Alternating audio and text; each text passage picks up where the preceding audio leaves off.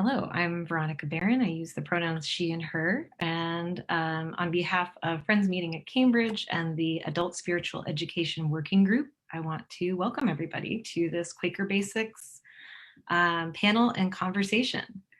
For those of us who are gathered here in Zoom, I want to invite you all to drop in the chat where you are Zooming in from today.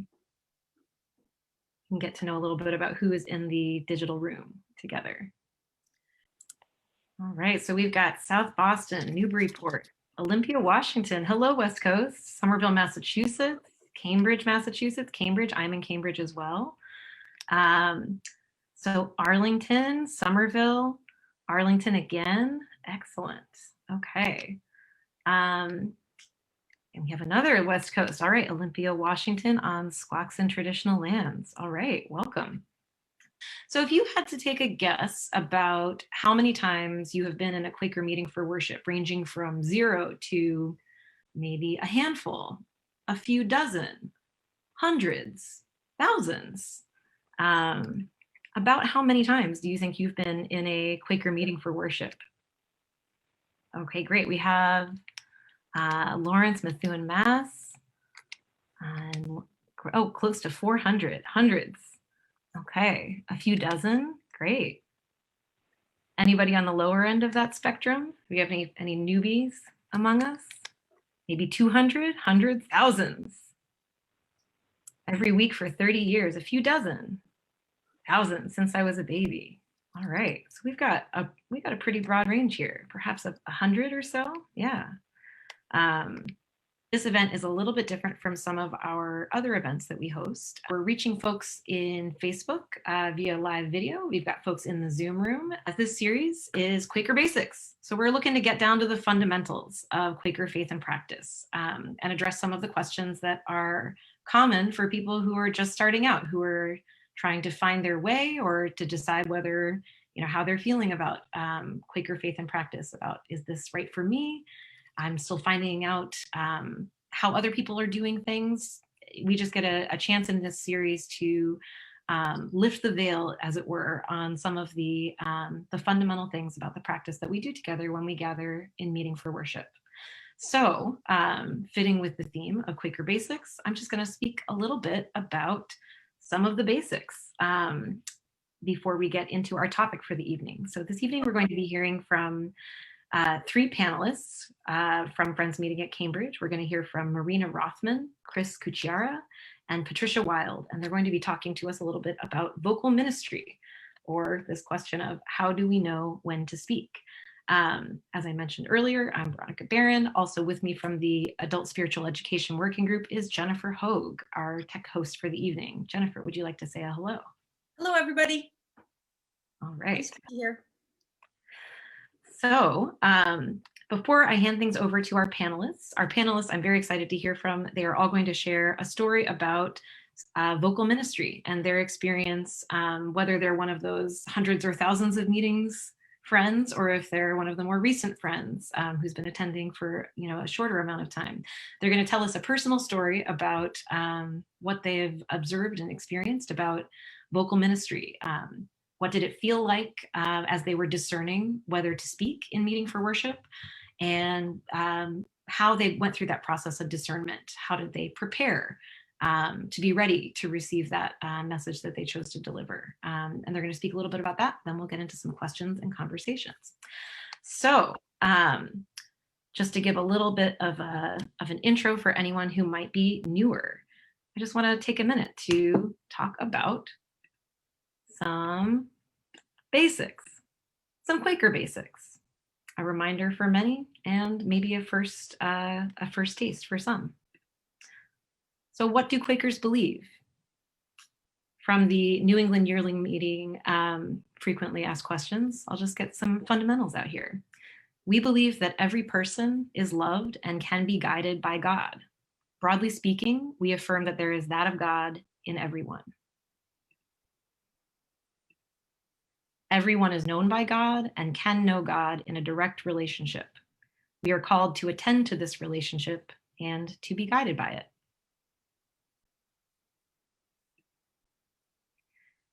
Quakers use many names and metaphors to describe the divine. Some of them include God, the light, Christ, Spirit, the guide, the seed, the life, and the inward teacher. The Quaker way has deep Christian roots that form our understanding of God, our faith, and our practices. Many Quakers in New England consider themselves Christian, and many do not identify that way. Who speaks in a Quaker meeting for worship and why? AKA, is it really silent? Well, we will find out in just a moment. The most common practice in Quaker worship in New England is based on silent waiting, where we expect to come into the presence of God. Often we refer to this practice as waiting worship. During waiting worship, any person of any age or background may feel inspired to give vocal ministry, to speak out of the silence. After the person speaks the message, the silence resumes. If we do feel moved to speak, we take a moment to test our leadings. Traditionally, questions like the following have helped in this process of discernment. Is this message from Spirit or somewhere else?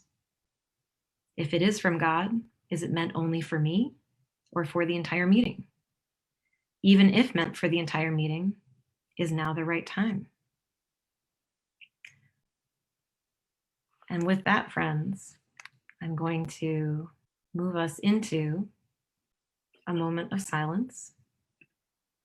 And then out of that silence, we will hear from our first panelist, Marina Rothman, followed by Chris and Patricia. So if you would all join me in a moment of silence and waiting worship while we wait for our panel to begin.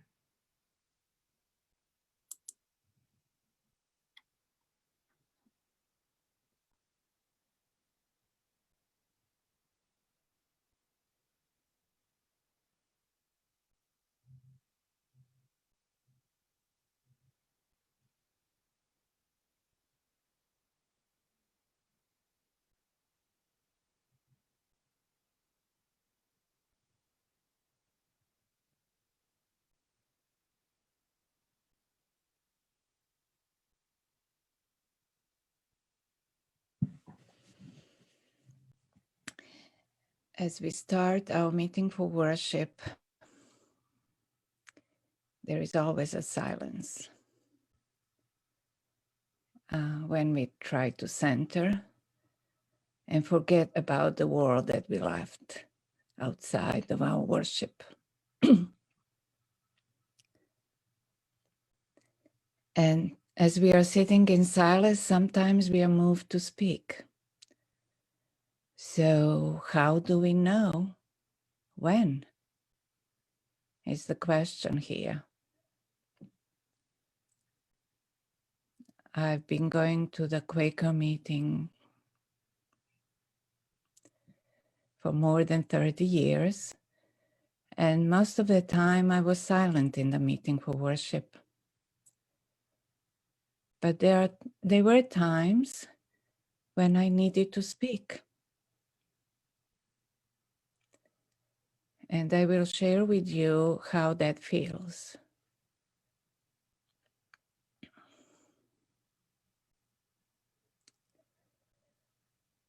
Sometimes it starts with a word that just appears in my mind. And somehow there is a sensation that is kind of difficult to describe. I was trying to find a parallel in the life. It's deeper breathing. I sometimes feel just like lifted with my breath. And it's maybe something like shaking inside. And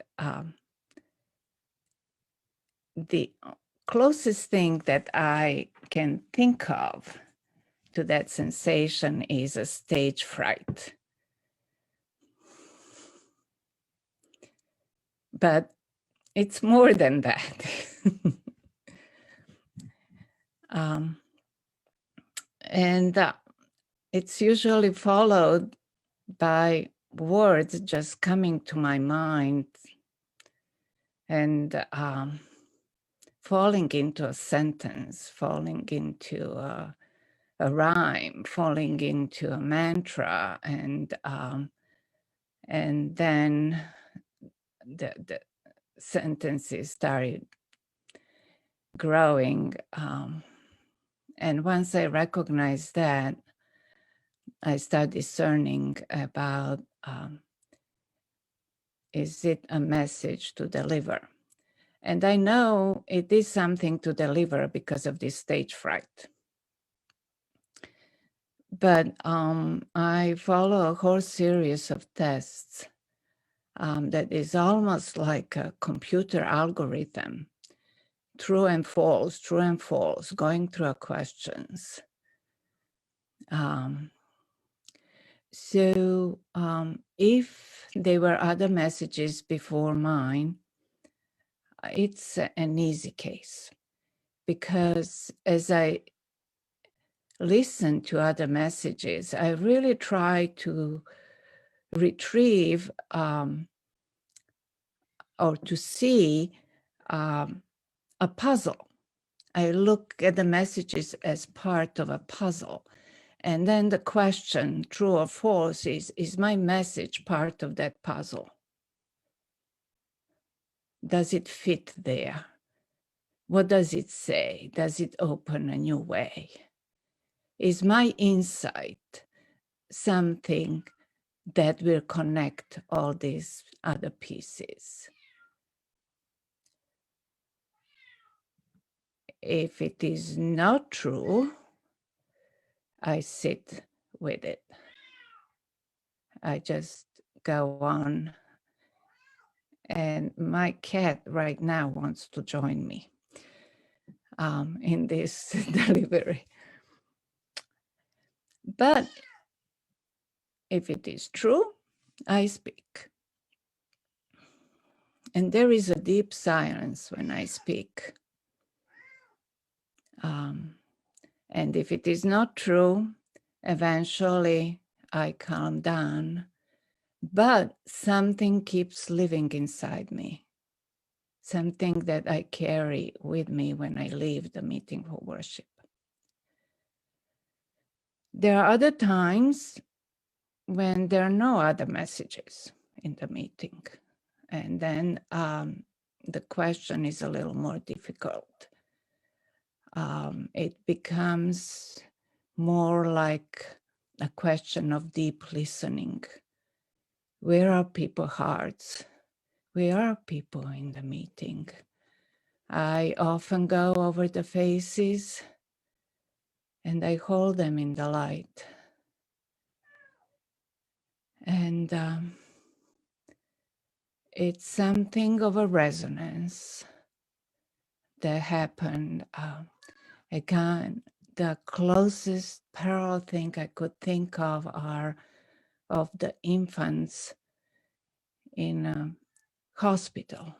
Every nurse would know one baby starts crying, another baby starts crying. Soon all babies starts crying. Or when you are in the room with someone laughing so energetically that everyone starts laughing. So it's that kind of listening without words. And that's a little more difficult to discern. And sometimes there is silence and no messages at all. And often it's a worship of all these people who don't even know each other, whose lives go separately outside of that meeting. Some like each other, some don't like each other, but the room is full of love.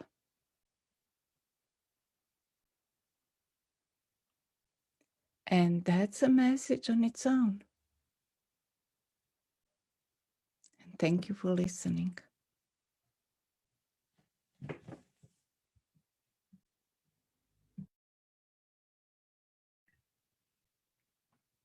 Thank you, Marina. All right, I'm going to hand it over to Chris.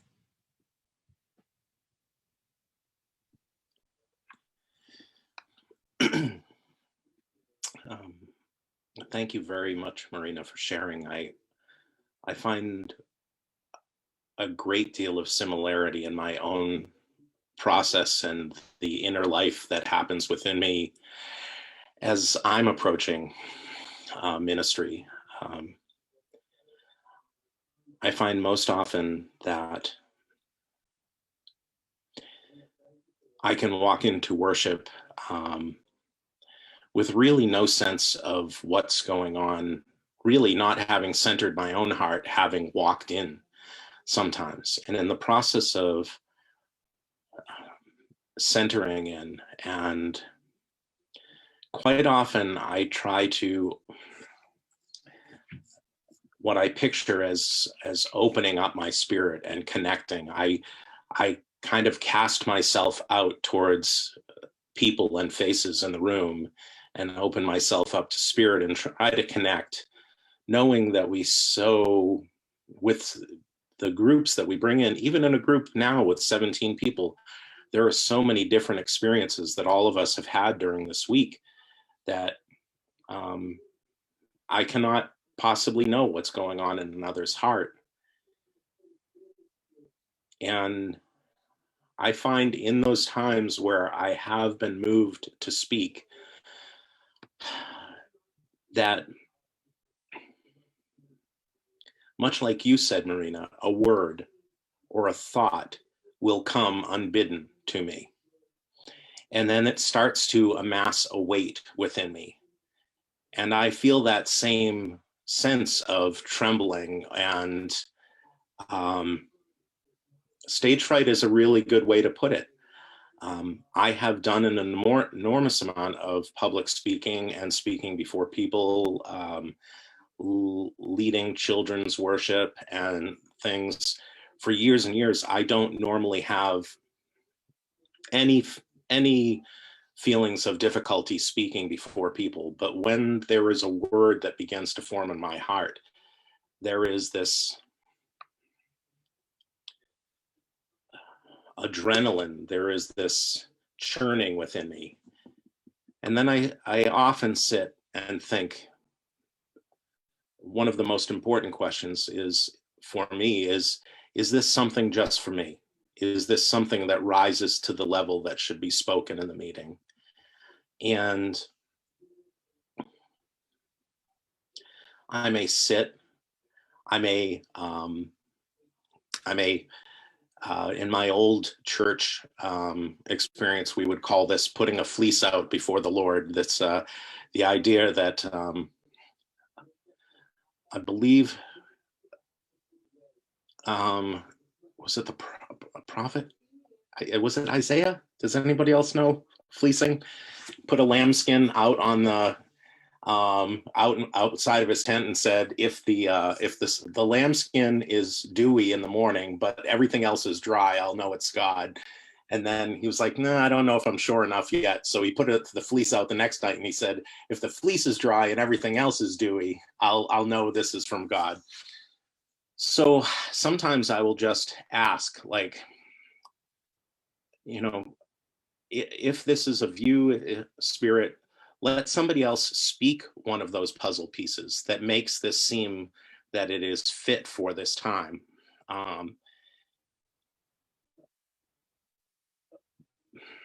But I think sometimes I also feel that once I have discerned or feel comfortable enough within me that it is not just something of myself, not something I have thought up for myself, and it is not just for me. I will speak even if I am the first person to speak, because I know that maybe I'm the first puzzle piece on the table that day, in a way. And I very often find by the end of a meeting, at least within my heart, many of the messages have sewn together into some form of tapestry that puts forth a broader idea of just the thing that was within me.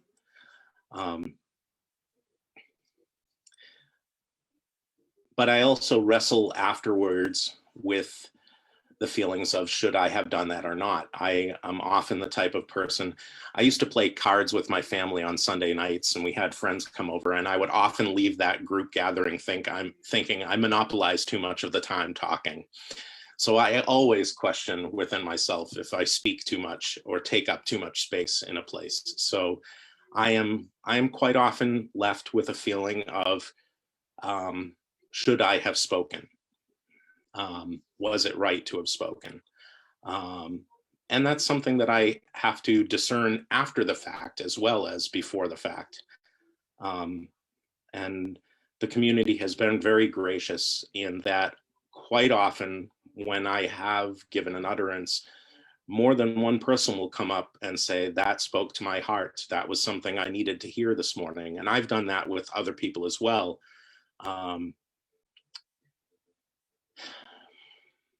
I really love the way that spirit moves amongst us as a body, and weaves us together in those times, both in the very, very silent meetings that we have, and sometimes there are many, many words that come forth in a meeting. But I quite often feel a real sense of relief and an ease come over me once I have spoken and released that word in a meeting. I go back into that restful place, even though I do wrestle within myself. I think that's just part of me.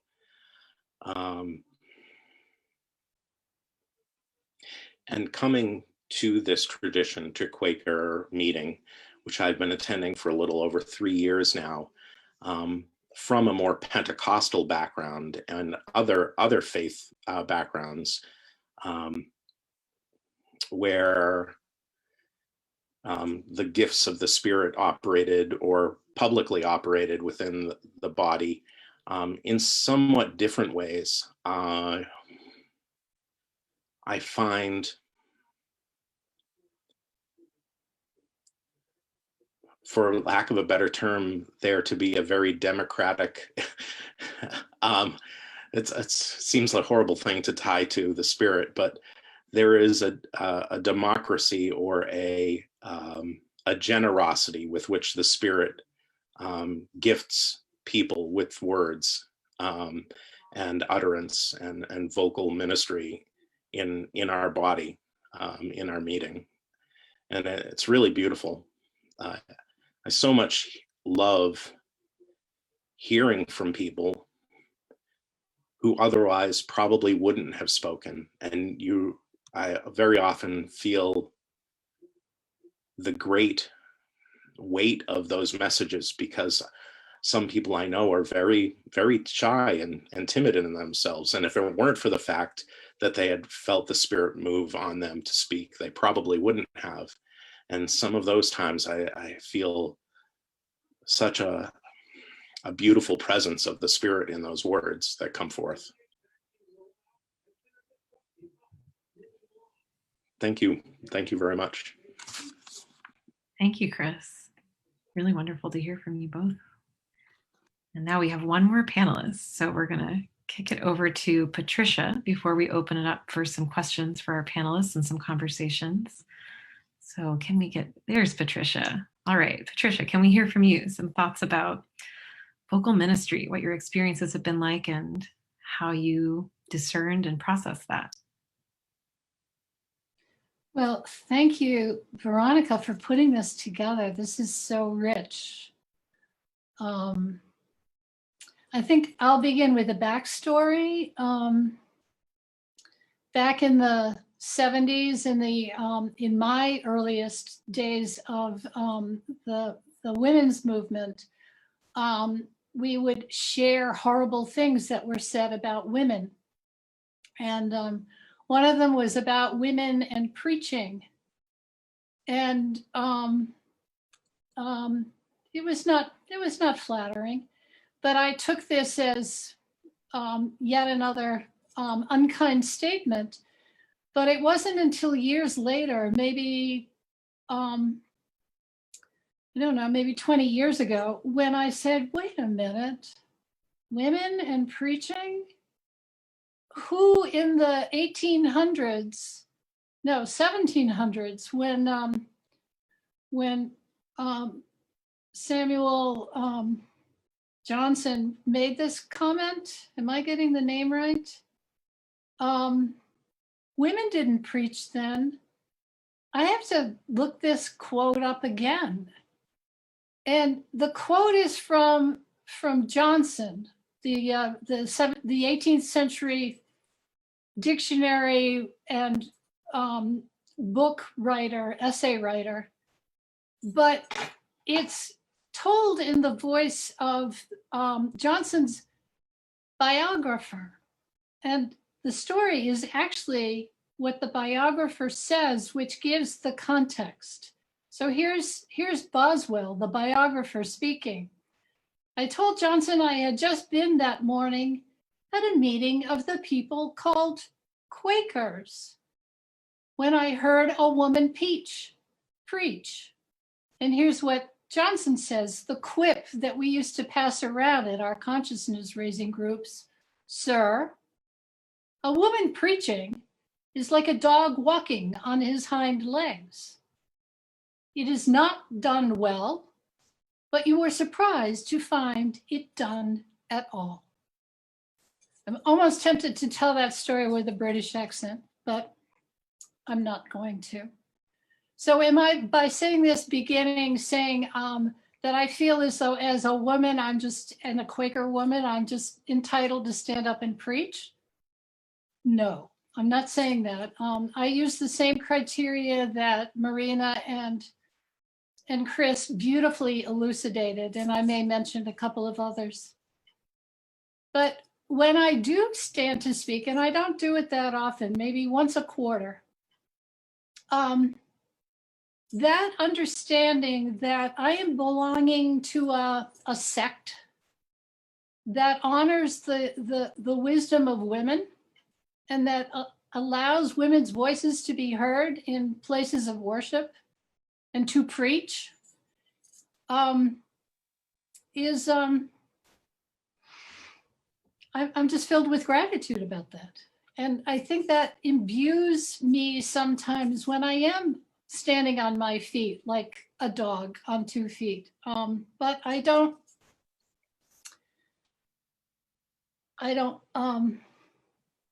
well, I'll skip that part.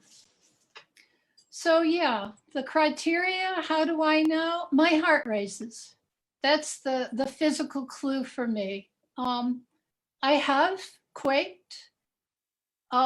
My youngest brother, and by far the sweetest member of our family, when he was at our wedding, he stood up, kind of shaking and saying, you know, I was waiting for Dad to say something about inviting you to our family, to my groom. He said, but I cannot deny the shaking that's happening in my body. So I'm going to welcome you to our family. It was a wonderful moment. So my heart races, but what I have trained myself to do is to wait. Because maybe, as was said earlier, this is a message just for me. Or another variation on a theme. Maybe it's something I'm going to write about. Maybe it's an essay. The clue for whether or not it is an essay is, does it have way too much backstory and explanation? Because there's an elegancy about a Quaker message. It's not that long. It's very much patterned after some stories told by Jesus and other great storytellers. It's compact and it's succinct. It has a kind of a rhythm and a flow to it. And so if you have to explain, that's not a message. That's not a message.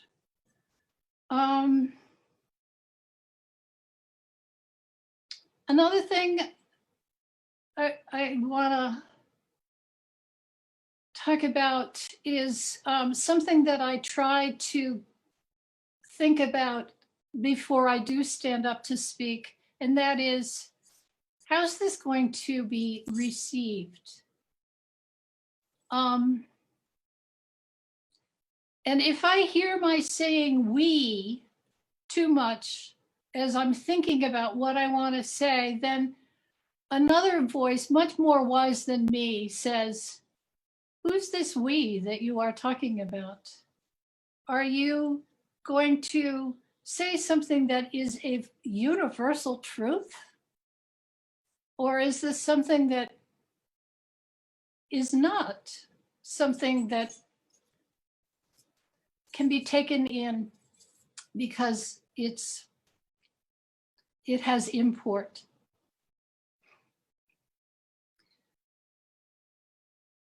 I guess I'll end by telling another story. For many years, I was the person who helped families organize and conduct a meeting in celebration of a person's life, a memorial. So I would interview the family, and we would talk about how they would want it, and make arrangements around food and things like that. And so I was at a Quaker memorial for an older man who had died in a nursing home or a long-term care facility. And as often happens in those kinds of circumstances, some of the people who work there have come in honor of the person who has died. And I happened to be sitting next to one of the women who had worked in a facility where the person that we were celebrating had died. And she started wiggling around a little bit. And then she stood up and she looked at me because we had talked before about, she said, tell me a little bit about what Quakers believe. And I'd given her very much the same kind of introduction that you all received, much more beautifully from Veronica. So this aide, this wonderful woman stood up and she said, I definitely did not expect to say anything today. She said, but I'm feeling moved because there's something that I feel that you all would like to know, that I would like to share with you about this person, and told a wonderful story. So to pick up on Chris's words about democratic, I don't know, there are probably other words, but they're failing me at the moment. But that Quaker woman that preached that morning sometime in 1753 in London and had something to say, she felt the power of spirit, God, the divine, the holy within her, and felt moved to share what that truth with a capital T was. And that woman from a long-term care facility, she felt it too.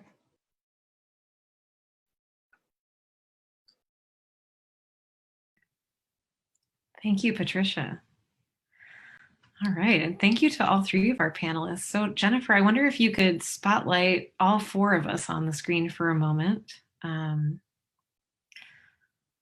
I want to open this up a little bit. I'm trying, and I'm gonna do it in a minute. Let's see. Great. All right, here we are in our different kitchens and living rooms. It's the way of the Zoom. So I just want to start us out with thank you again to all three of you for sharing your experiences. I want to ask you about the flip side of vocal ministry, which in a way is listening, the thing that we're doing, whether we end up speaking or not. So I would love to ask the panel, what does listening have to do with speaking for you? Whether it's something where you speak or where you're listening to someone else speak. How does listening fit into the equation?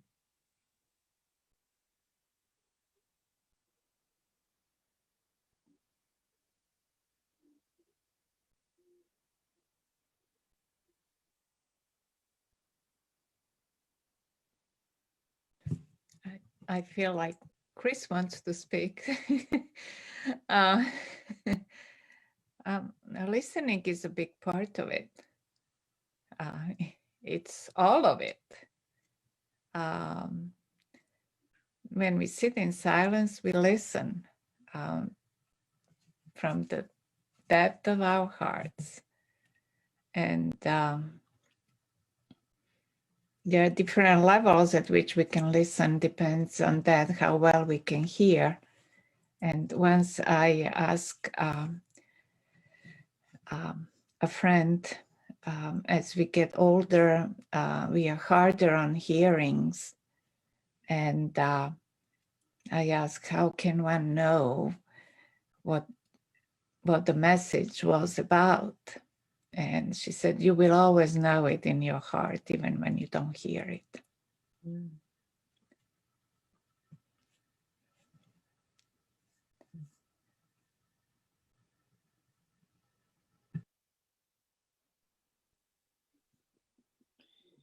If I may, I think there are two parts to my listening. First of all, the quieting of myself and my spirit and centering myself from distraction. And it's an opening up of myself in worship. Kind of, I try to let go of myself as much as possible, and it's almost a meditative state, and reach out to spirit, or reach out to what is happening in that space quite often, first of all. And then I find that one of the things that can be difficult is when a word has started to form inside of me, and I'm in that process of testing and within myself, then if somebody else speaks a word, am I bothering to try to hold on to and keep processing, or can I release and open myself up to the word that somebody else is speaking at that time, the vocal ministry of another? Because sometimes I'm so worried about discerning whether or not I should be speaking this thing, or maybe I'm going to lose the thread of this. And I think that's a dying to that expectation of like, well, if this is of spirit, it will persist, and I don't have to grasp at it like it's sand pouring through my fingers. And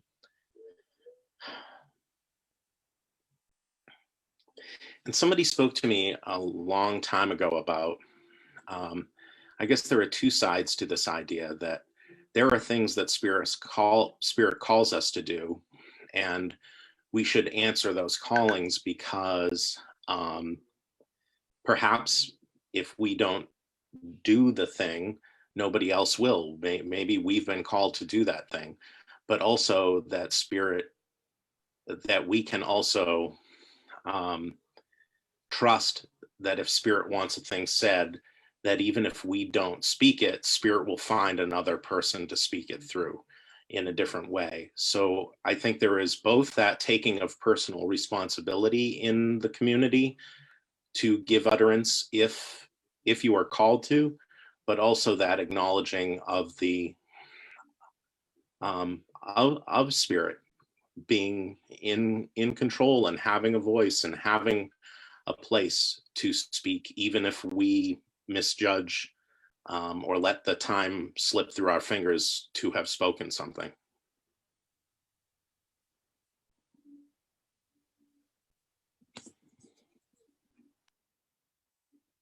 In in the different things that each of you have shared, I've heard reflections both on the end of like discerning, like, oh, maybe I shouldn't have spoken, or maybe I should have spoken, you know, this sense of like, was I holding back or was I too forward? And I, in what you're saying, Chris, I feel like that's pulling all those threads together for me in the sense of you discern as best you can, and perhaps even if you err on one side or the other err, you know, it's not an error, that that there's space for that, that spirit is holding the entire meeting and you're not solely responsible, you know. That's just something that's sort of pulling together some threads for me.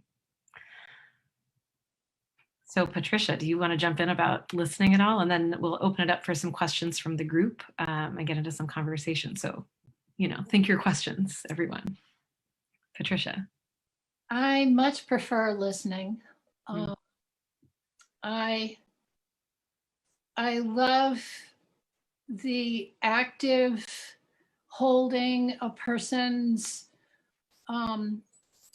words in my heart and kind of inwardly cheering them on,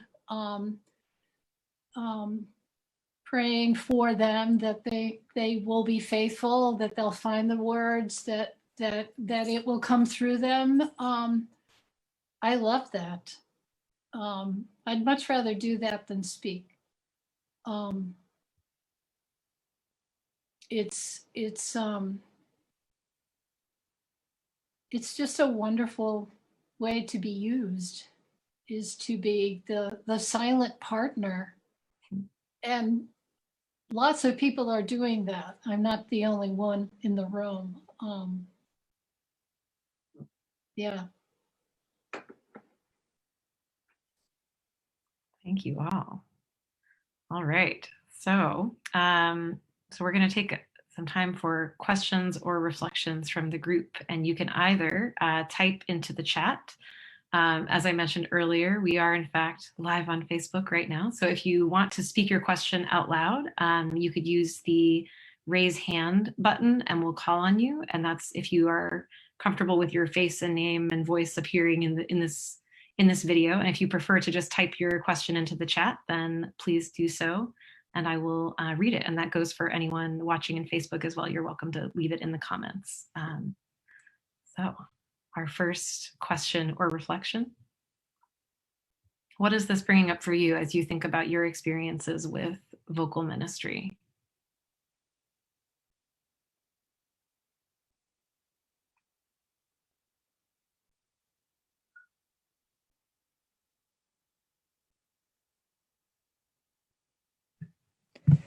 Can you repeat the question? My question for the group is if anyone would like to offer a question or a reflection, and this is for those who would like to address you, the panelists. So any of those who have been listening so far, is there a question or a reflection that you would like to offer about what our panelists have shared? What is that sparking anything in you about, you know, what are you chewing on when you think about vocal ministry at the moment?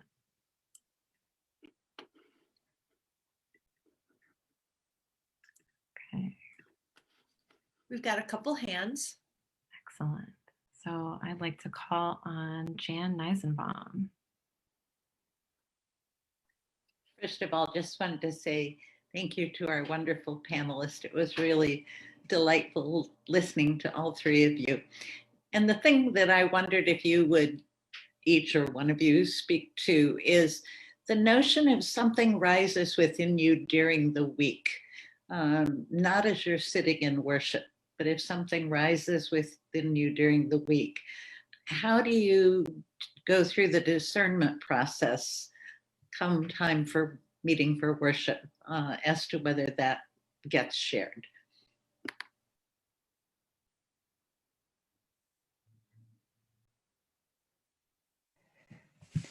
Well, it is actually a very important part of our faith. If we are discerning, even on a personal level, about some dilemmas or questions, And that can be coming from our readings and enjoying arts or walks or interaction with people.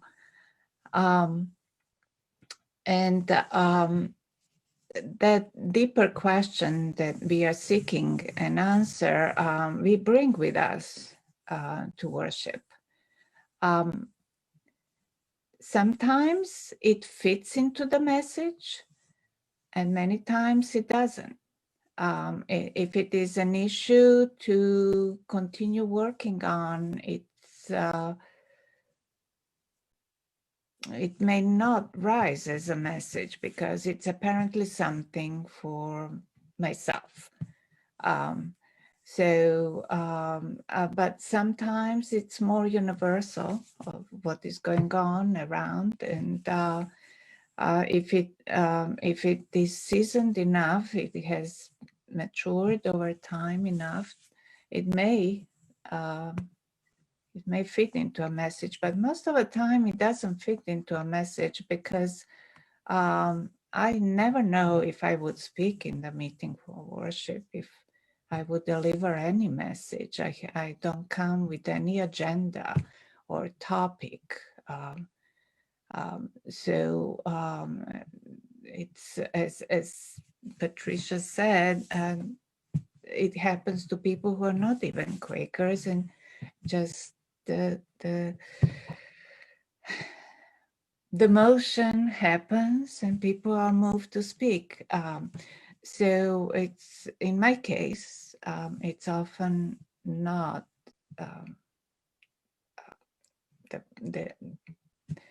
the dilemma that I am working on often is not part of the message.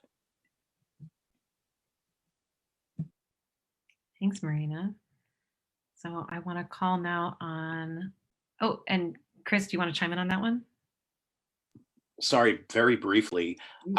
More often than not, if something has been churning on with me during the week, I don't think I've ever brought that in, or that has ever risen into the meeting itself.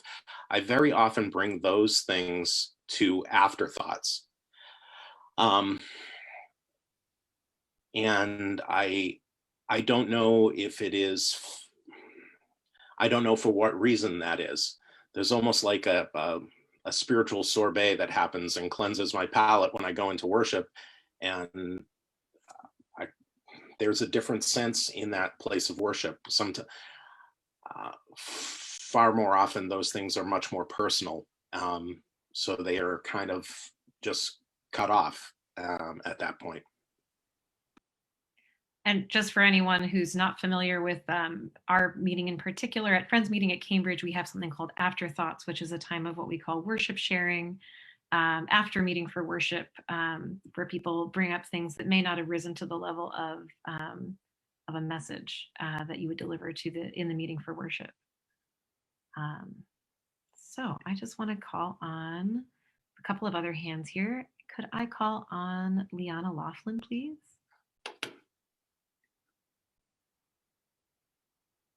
Liana, go ahead and unmute yourself whenever you're ready. I was in the wrong place.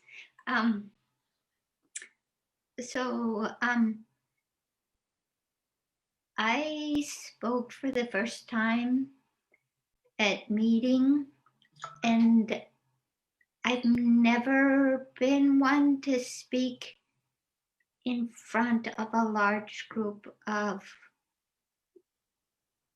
people, like even a small group of grown-ups. I've always worked with kids and am more comfortable around children.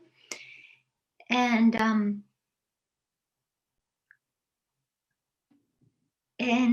so I was in a way surprised that I spoke. And then afterwards I wondered, was the message that I gave, was that one that should have been in Afterthoughts, and how does one know? So that was how I ended my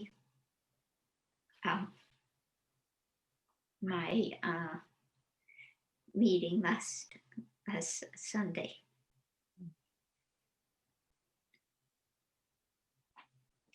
And is that question still alive for you, Leanna? Yeah, it still Or- is. Yeah. Yeah.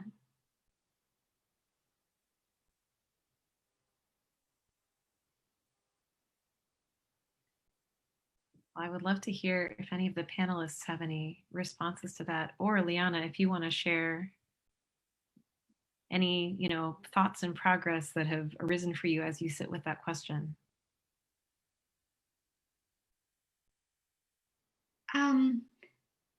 Well, I guess what for me was surprising to me is that, so it brought up very strong, what I had to say brought up very strong responses from people. And in the past, I would have felt very afraid of those strong responses, but I didn't feel afraid, and I felt like each one was really justified in feeling their very strong responses. Like I felt like I accepted each response as true and worthy, and yeah, that's how I felt.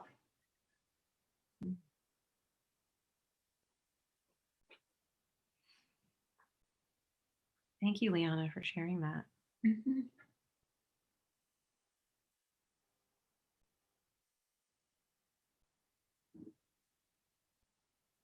I could respond to a couple of things that Liana said. Please. One is a question that only you can answer, Liana, which is, was I faithful? And it sounds to me like the proof of the pudding is in the whatever that is. Really having a hard time with cliches tonight. Maybe that's a good thing.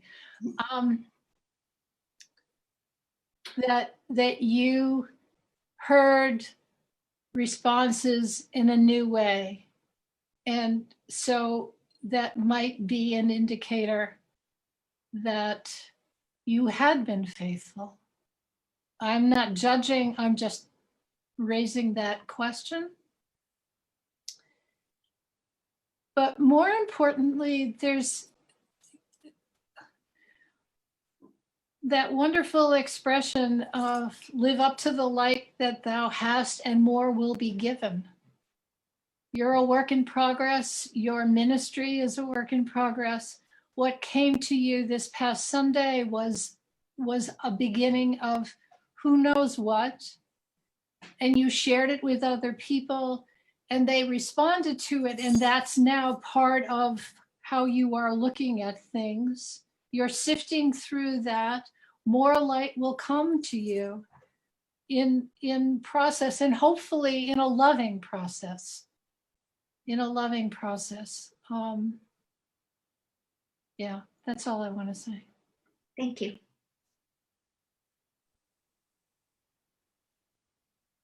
Thank you, Patricia. I'm actually reminded, and then Marina, I know you had just raised your hand. Did you want to speak to that as well? No? I'm remembering actually something that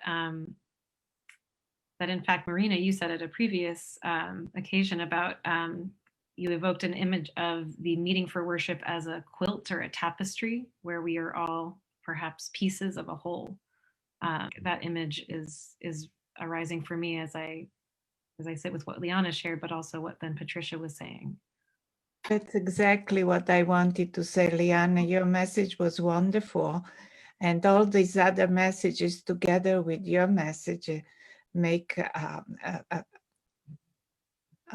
puzzle that we are all facing at this time, that we are all working on. And that's what Patricia was suggesting, that it may be a beginning of something much much more important for entire community. Thank you. All right, so I am going to call on Liz Moore for one more question, and then we're just going to take a little moment to gather together in small groups, a little bit more conversation about this in a small environment. So Liz, take it away. Thank you. First, I just want to say thank you to the panelists. Even though I know some of you really well, it's really interesting to hear people talk about this because we don't talk about it very often. It's such a different window into people who we may already know really well. And I really appreciate that. And I just wanted to say to Liana that I feel like it's, it goes back to the whole issue of listening. Not that he gives a message that is as profound or perhaps as articulate as someone else, but I feel like, on very rare occasions, I think somebody said something that really was not at all appropriate, but that doesn't happen very often. And that no matter what the message is, it's coming from spirit. And if we can listen with an open heart, we will hear whatever it is that is coming out, no matter how you say it or whether you think it was flawed or maybe not that important, or it is from spirit. And if we can listen with our open heart, we will hear that. And the other thing I wanted to say was to Patricia, I think a dog walking on its hind legs is really exceptional.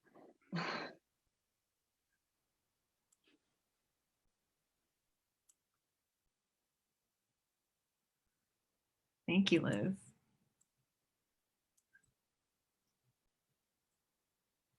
So,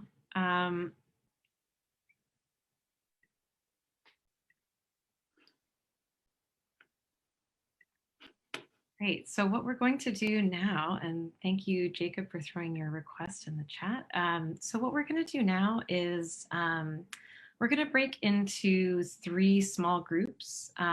We'll put one of our panelists in each of the 3 groups. And I just want to give people a couple of minutes to speak together. And now, of course, I'm going to make sure to share the love with our wonderful panelists, since now you've gotten to hear from each of them. But we're now going to step away from, there's no need to say that the panelists are, the knowledge havers. We're going to have a group conversation where, of course, we all are knowledge havers, as we have been this whole time. But just as a reminder, as I'm sending you out into these rooms.